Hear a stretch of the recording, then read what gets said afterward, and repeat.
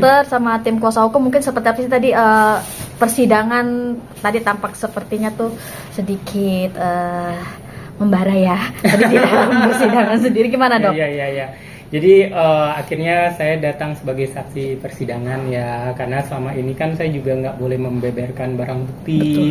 Karena apapun barang bukti itu harus dikasihkan ke penyidik waktu kita datang untuk memenuhi BAP, sama kalau seandainya kita untuk di pengadilan, karena kita tidak boleh menyebarkan dulu barang bukti, nanti bisa jadi nggak sah barang buktinya gitu. Jadi kalau kita nanyain tentang kronologis permasalahan ini, saya ngomongnya by bukti ya, kayak gitu, karena kita nggak boleh asumsi katanya atau menurut saya tapi tanpa bukti gitu. Saya ngomongin dengan bukti ya. Di 17 September itu saudara RG duluan menghubungi saya ya dengan mengechat, ini ada rangkuman juga biar cepet ya. Dia ngechat saya jam 23.21, chat duluan, yang saya balesnya jam 23.58. Duluan pertama kali untuk mengechat. Oke, untuk pertama.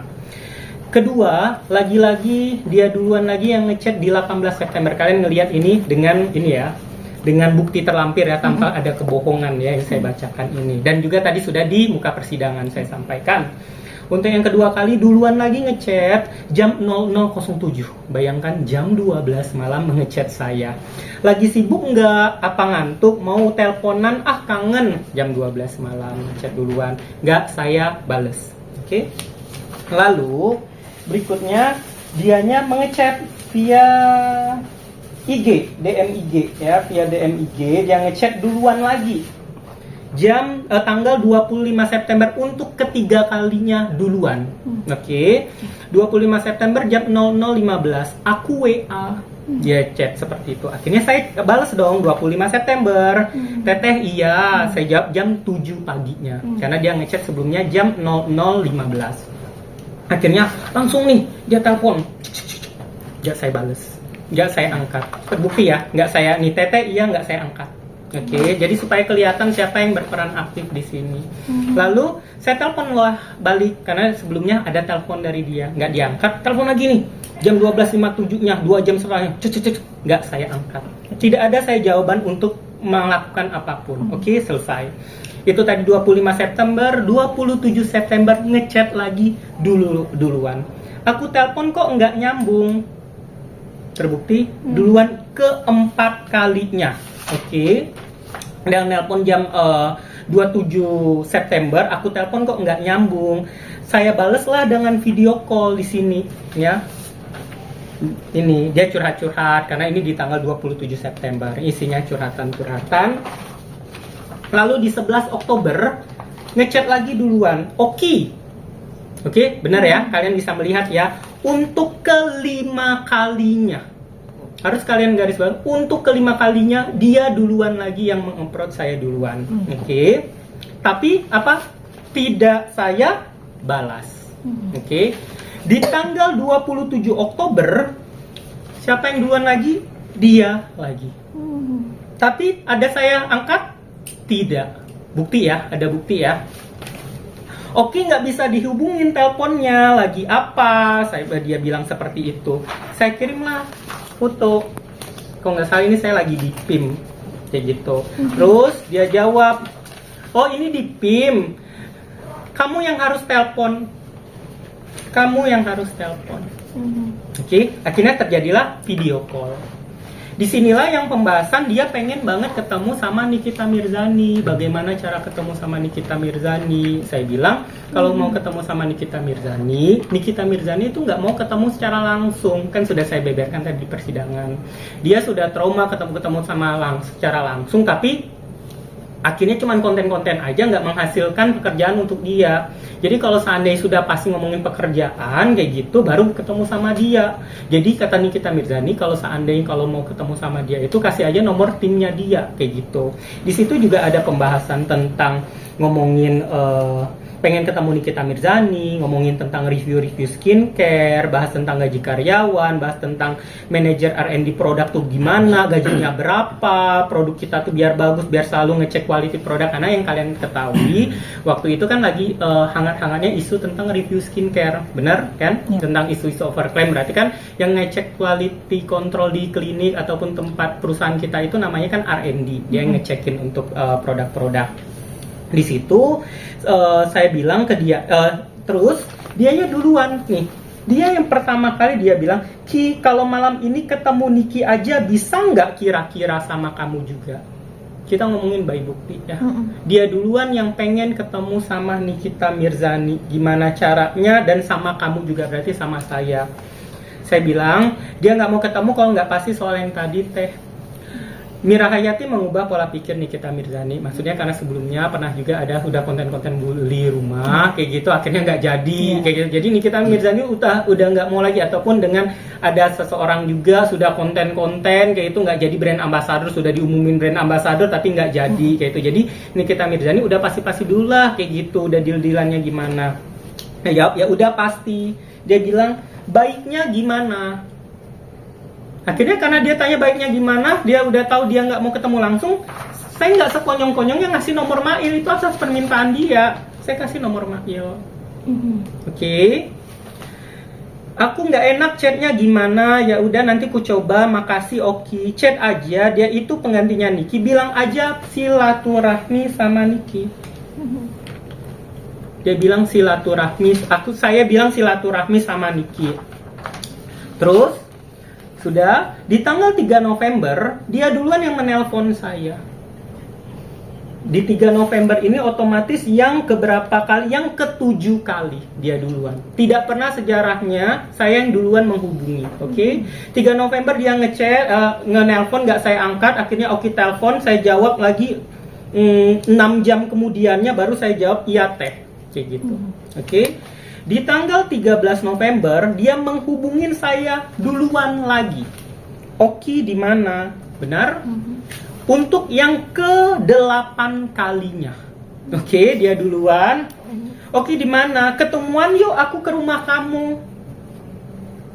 Oke, ini udah untuk kesekian kalinya dia pengen ke rumah saya.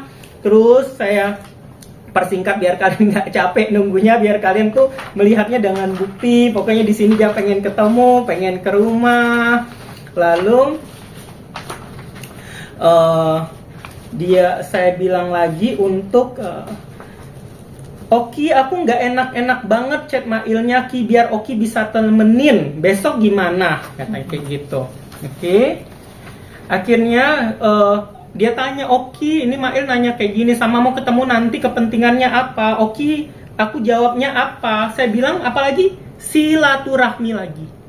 Oke, padahal sebelum silaturahminya itu di tanggal yang sudah lama banget, di tanggal 27 September, ketika di 13 November pun saya suruhnya lagi silaturahmi. Jadi tidak ada omongan tentang sumpal duit yang sudah beredar.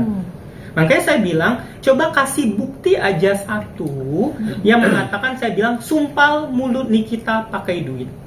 Dan rekaman juga udah tersebar kan ya. Ada nggak kata-kata saya bilang, sumpal mulut Nikita pakai duit? Kan tidak ada. Di situ kan cuma perbincangan tentang Reza Gladys, gimana ya Ki, ini dengan isu-isu beredar ya, kalian dengarlah sendiri. Tidak ada kata-kata Oki Pratama bilang, bayar Nikita, ada kata-kata bayar Nikita atau bayar uang, atau sumpal Nikita pakai uang. Tidak ada di rekaman itu, bahkan di chat pun tidak ada seperti itu. Lalu di 14 November untuk ke-9 kalinya dia menghubungi saya duluan. Oke. Oki, Mail belum jawab aku. Ki bisa telepon nggak? Ini beda-beda jam nih. Ki bisa telepon aku nggak? Oki, telepon nggak, saya angkat. Oki, akhirnya saya balas dengan saya kasih foto di jam 4 sore, dari dia ngechat jam 1, saya lagi meeting. Setelah itu tidak terjadi pembicaraan apapun lagi setelah itu.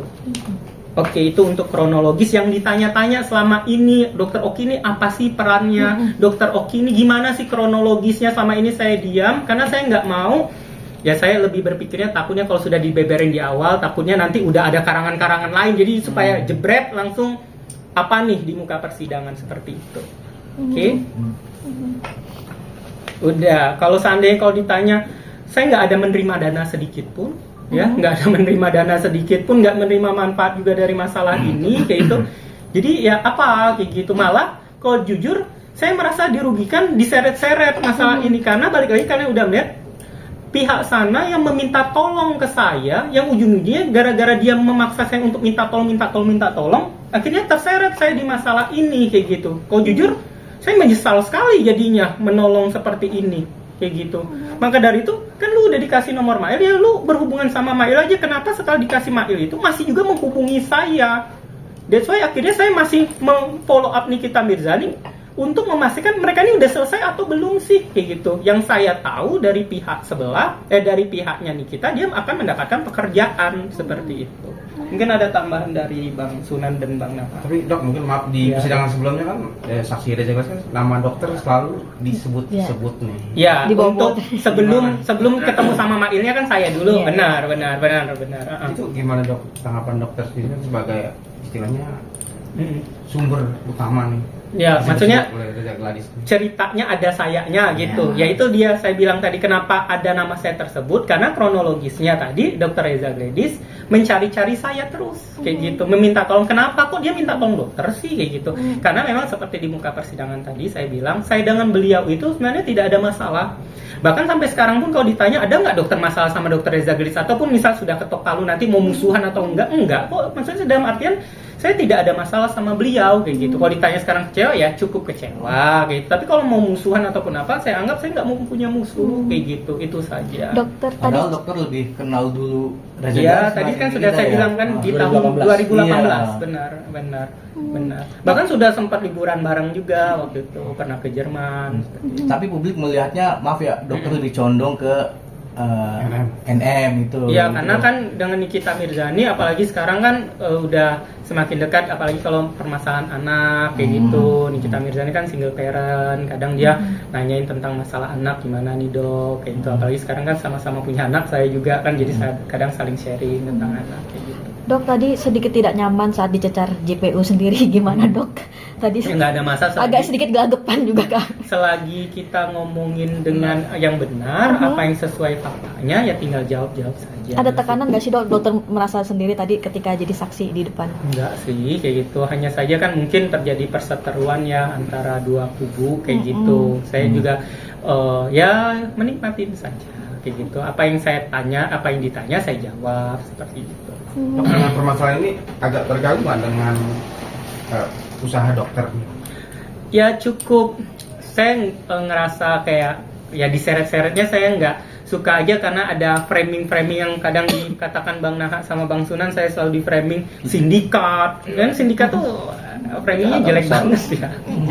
Apalagi kan kalian tahu lah, dengan maaf sekali bukan saya mau sombong, yang uang segitu kenapa sih gitu. Saya kan juga punya pekerjaan yang jelas ya, brand saya juga jelas kayak gitu. Jadi ngapain gitu. Makanya tadi di muka persidangan saya pertegas, yang mulia Pak Jaksa, saya tidak menerima dana apapun dari permasalahan ini dan manfaat apapun dari masalah ini, seperti itu. Dok, terkait duit 350 juta itu seperti apa sih dok? Apakah memang Ya, kalau yang 350 juta itu dengan sadar dirinya sendiri, kan ada chatnya Sela Sokia ya ke Ami Nikita Mirzani bahwa dia sendiri yang mau menggantikan uangnya Nikita Mirzani, dikarenakan itu uangnya Nikita Mirzani, karena dia mungkin ngerasa itu uang untuk anak-anaknya, maksudnya anaknya Nikita Mirzani, dia nggak mau Nikita Mirzani terbebani, karena itu waktu lagi ngebahas tentang masalahnya Kasel ya, waktu itu tentang umrohnya.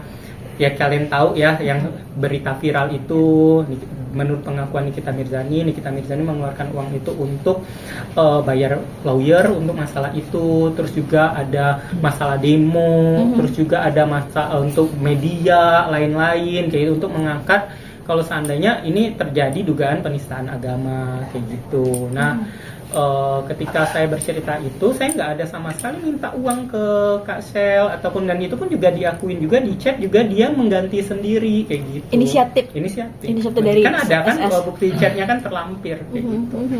Kalau Ada. Jadi apa yang kita sampaikan tuh Tapi ada kan, faktanya. tapi aku belum ditanya bang ke JPU, nanti nggak berlaku Ya. buktinya. Kayak gitu. Lalu dok yang 5M itu sendiri Ya. gimana nih dok? Iya. Ada 350, 5M itu sendiri. Oh yang masih yang Kak Shell itu Nikita Mirzani minta pembayaran brand ambassador dia karena sudah diumumkan untuk dia sebagai brand ambassador karena dia kecewa kayak gitu, dia belum dibayar brand ambassadornya kayak gitu. Tapi ya Kak Shell belum mampu untuk pembayaran itu dan juga tidak ada pentransferan untuk di 5M itu. Berarti memang tidak tidak di ada TF ya? Tidak ada pergeseran uang. Tidak di ada situ. pergeseran Benar. uang. Gitu. Kalau ada pergeseran uang mungkin ada lagi dugaan pemerasan kan. Berarti aman ya dok untuk uang 5M tidak dipindahkan. Tidak 350 itu memang inisiatif Benar. dari SS sendiri Benar. untuk Niki.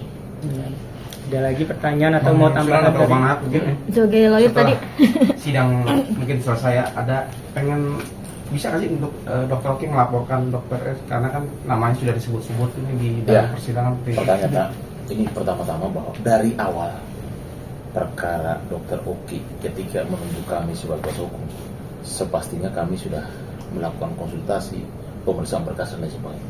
Memang dokter Oki tidak ada dalam keterlibatan urusan pidana dengan perkara ini. Yang kedua, bahwa dokter Oki hanya sebatas memfasilitasi teman antara yang namanya RG sama NM. Atas permintaan Reza Gredis. RG. Ya. Nah, pertanyaan saya, yang aktif tadi disampaikan berkali-kali, berulang kali dan berkali-kali.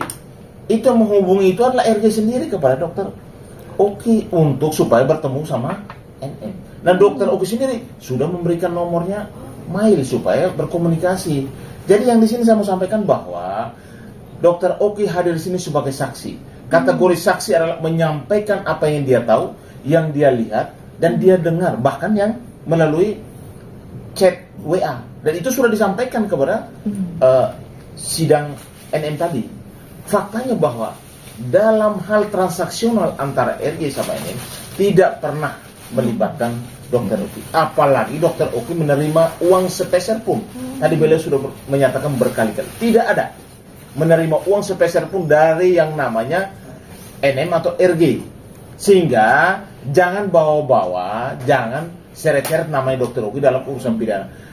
Faktanya, kenapa per hari ini laporan terhadap dokter Oki perkaranya tidak pernah bisa ada tingkatan status. Kenapa? Karena memang dokter Oki tidak pernah terlibat di dalam urusan perkara yang melibatkan RG sama NM. Hanya memfasilitasi. Loh, kalau sebagai teman memfasilitasi orang, apa itu dianggap pidana? Terkecuali itu ada si Pak Anus itu yang selalu bilang dokter Oki ini harus tersangkakan. Dokter Oki ini adalah sindikat. Saya hati-hati loh ngomong sindikat itu. Kenapa? Karena dokter Oki tidak ada putusan pengadilan menyatakan dia adalah pelaku kejahatan. Sindikat ini kriminal besar, ya. Dan ini kami akan ambil langkah hukum. Karena apa? Kata sindikat itu harus dipertanggungjawabkan. Yang kedua, kami juga mau sampaikan kepada si sana supaya jangan terus menyeret-nyeret namanya dokter Oki dalam kasus ini. Tadi sangat jelas, terang benderang bahwa dokter Oki menjelaskan terkait dengan pertanyaan jaksa yang tadi dan juga pertanyaan daripada pihak NM sendiri, bahkan dari majelis hakim dijawab dengan tenang, dengan cool. Kenapa? Karena memang dia tidak bersalah. Kalau orang bersalah, tadi dikejar terus pasti grogi kan? Faktanya kan enggak. Dia tenang. Kenapa? Karena dia tahu persis masalahnya. Yang melatar belakangi pertanyaan saya, yang membutuhkan itu siapa? Yang kejar-kejar itu siapa? Lalu yang kedua, menyerahkan uang transaksional 4M kepada RG kepada NM, kepentingannya apa? Ya, kalau tidak ada kepentingan, itu hadiah dong. Kalau hadiah atau hibah itu tidak ada pidananya. Maka saya sampaikan bahwa unsur atau pasal disangka kepada Nikita Mirzani, nanti lihat saja dari keterangan-keterangan yang ada, dari alat bukti, dari ahli akan dihadirkan, ini bisa terbantahkan semuanya. Kenapa? NM itu ada pekerjaan yang ditawarkan oleh RG, begitu kan, Bang Toro? Sehingga memang ada komunikasi itu bahwa itu pekerjaan, bukan kejahatan. Jadi itu yang perlu saya sampaikan. Nanti mungkin Bang Sono mau sampaikan lagi, silakan. tambahan bang. Yang pasti hari ini klien saya sudah menyampaikan ya apa yang dialami, bagaimana awalnya. Tentunya tadi saya sampaikan, Dr. Oki tolong sampaikan segala sesuatunya di muka persidangan, tidak lebih tidak kurang yang ada buktinya. Yes, itu benar. Nah, itu aja. Benar, karena kalau seandainya cuma asumsi-asumsi ketika ditanya mana buktinya nggak ada, nggak boleh. Makanya tadi ketika majelis bertanya, dokter pernah ada bilang ini duit tutup mulut, misalnya contoh MS Glow 4M, saya bilang tidak ada, dan saya bilang tidak ada, mana buktinya? Tidak ada, bisa dibuktikan, benar kan? Jadi saya nggak mau kalau seandainya bisa berasumsi, kalau saya pikir kayak itu, oh hukum bisa hanya asumsi-asumsi tanpa bukti, hebat juga ya kayak gitu aja. Oke dok, kemarin yang ramai juga. Berarti siapa dok yang mulai wacana ada angka uang 5M itu keluar menurut dokter siapa? Saya tidak tahu itu. Mungkin Kamail gitu dok mungkin. Tidak tahu. Kan udah ada rekamannya kan yang minta suruh sebut siapa kayak gitu. Kan itu kan bisa menilai sendiri kayak gitu. Tapi itu kan di luar kapasitas saya ya, karena itu kan pembicaraan orang lain. Yang ramai juga kemarin Mbak Shandy juga turut juga terbawa namanya. Ya gimana nih dok? Sebagai teman juga dengan Mbak Shandy.